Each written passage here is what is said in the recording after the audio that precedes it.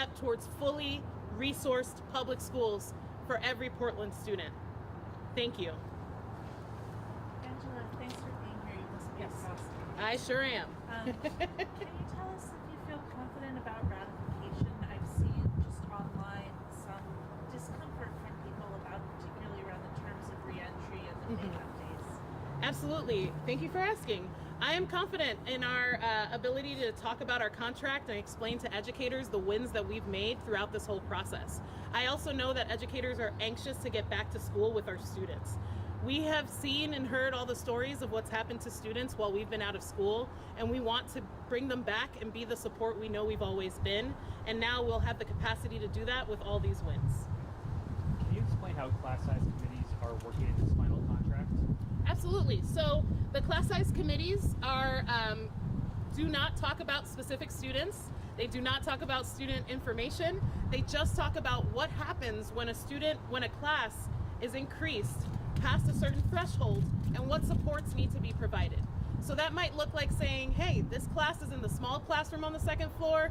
Now that they have an extra student, we got to move them to the big classroom. But we know that the best solutions to problems that we have in our schools come from the folks who actually attend them, who work at them, and who send their students to those places. So we're going to make sure that those class size committees allow our parents and our educators and our administrators to collaborate and find shared solutions. It looks like there's no hard caps on class sizes. Would you say that the union made concessions in that area? How would you characterize that part of the agreement? Yeah, I think that part of the agreement was something that we held on to for 10 months and 2 weeks. And we ensured, as we saw the progression of our bargaining, that we were going to get a deal that made substantial advances for our students and our educators. Our special educators, for example, their caseloads now include all the initial evaluations for students that have signed consents. We have new educators added to our threshold numbers, and so they will now have workload relief, including our social workers, our school counselors, our speech and language pathologists who help students learn how to eat.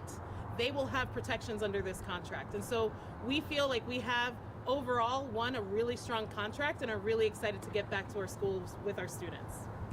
Angela, and if you could also answer this in Spanish, that would be great. So I'd like to ask, since you guys have compromised a lot of your initial proposals, what are you all going to be doing to advocate for those changes in the future?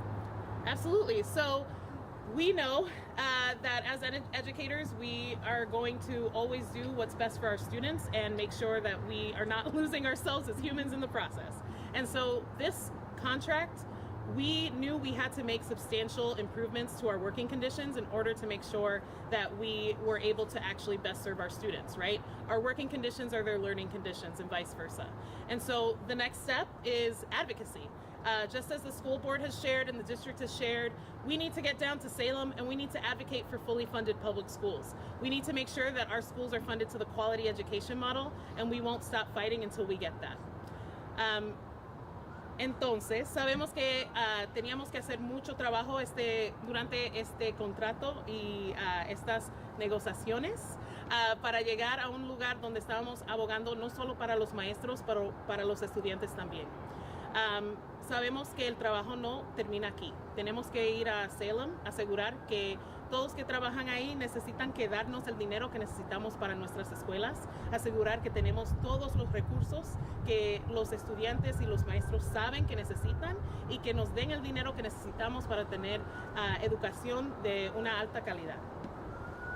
Angela, are you concerned about what kind of cuts might be necessary next year and the year after in light of what the district has said about its finances and just what the legislature has given them so far? You know, I think what's most important right now is to think about all the wins we've made to ensure that students have a quality education at this moment, right? We know that our students for years have not had the mental health supports that they've needed, and educators have been bending over backwards to make sure that they provide the time and energy that our students need to feel safe and secure.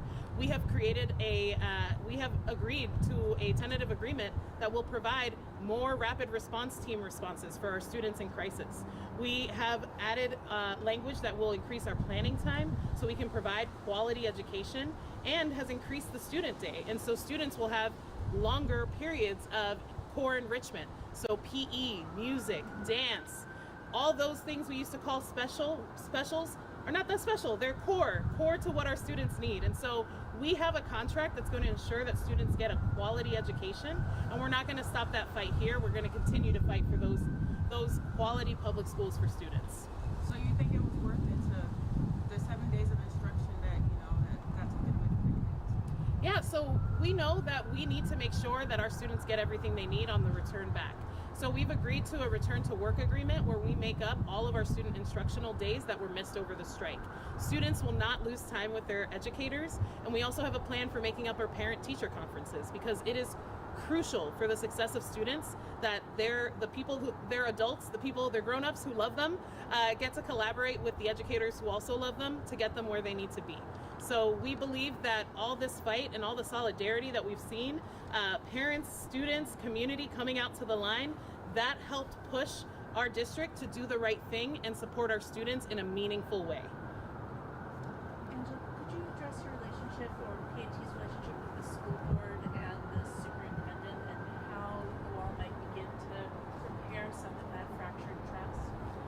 I think it's really important to note that the school board employs the superintendent, and we work under the superintendent. So that's our relationship. Our relationship is that we are employees here. We're going to do the best we can, follow the rules, and do our jobs. And we know that they are going to do the same. And we know that they have dedicated and decided to run to be able to support students. And as educators, we're going to do what we need to do. As union members, we know that our responsibility is to ensure that the contract is followed. And as community members and parents, we know that they voice their responsibility is to hold all folks in elected office accountable to the choices that they've made throughout this process. So our relationship is that we're going to keep working here, and we're going to have a better work here, and we're going to have a better time in our schools doing the thing that we know we love, that we've dedicated our lives to, without having to sacrifice our lives and our families' lives to do that well. All right, y'all. Thank you very much. Thank you so much. Thank you, folks.